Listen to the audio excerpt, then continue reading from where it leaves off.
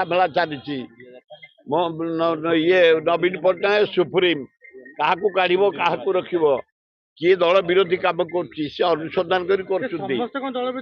ତାଙ୍କ ଦଳ ଭିତରେ ମୁଁ କହିପାରିବିନି ତାଙ୍କ ଦଳ ଭିତରେ ମୁଁ କହିପାରିବି ମୁଁ ଭକ୍ତ ଦାସ କଥା କହିବି ଆଉ ମୁଁ କହିଛି ଯେ ଆମେ ଯାଇଥିଲୁ ପଦଯାତ୍ରା କରି ଫେରୁଛୁ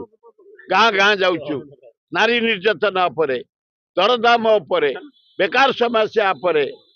ଆମେ ଯାଇ ଲୋକଙ୍କୁ ବୁଝାଉଛୁ ଲୋକ କନଭିନ୍ସ ହେଉଛନ୍ତି ଯୋଉଠି ଆମେ 1000 ଯିବା କଥା 2000 ଲୋକ ପ୍ରସନ୍ନ ଯାଉଛନ୍ତି ତେଣୁ ଭକ୍ତ ଦାସ ନେତୃତ୍ୱରେ କଂଗ୍ରେସ ଏଭ୍ରିଡେ ରାଇଟ୍ ମୁଁ ଜାଣିଛି ଏକଦମ ଯାହା କୋଉଟା କଣା ଲୋକ ସେ ସନା କଣା କଣା ଏ ଗରିବ ଲୋକଙ୍କୁ କଣା କରି ଲୁହା ପତ୍ରରୁ ଡକାୟତି କରି ଆଣି ଏ ଗରିବ ଲୋକ ତଣ୍ଟି ଚିପିଆ ତାର କାମ ଥିଲା ଆରେ ବାପରେ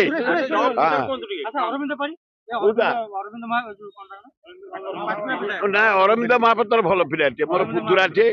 ବିଜୟ ମହାପାତ୍ର ପୁଅ ଭଲ ପିଲା ଲଢେଇ ଲୋକ ଜ୍ଞାନୀ ଲୋକ ଭଦ୍ର ଲୋକ ସୋସିଆଲ ୱାର୍କର ଭଲ ଲୋକ ମୁଁ କହିପାରିବିନି ତାଙ୍କ ଭିତରେ ଯଦି କଣ ଥବ ନବୀନ ପଟ୍ଟନାୟକ କହିବ ମୁଁ ଏତେ ବଡ ଲୋକ ନୁହଁ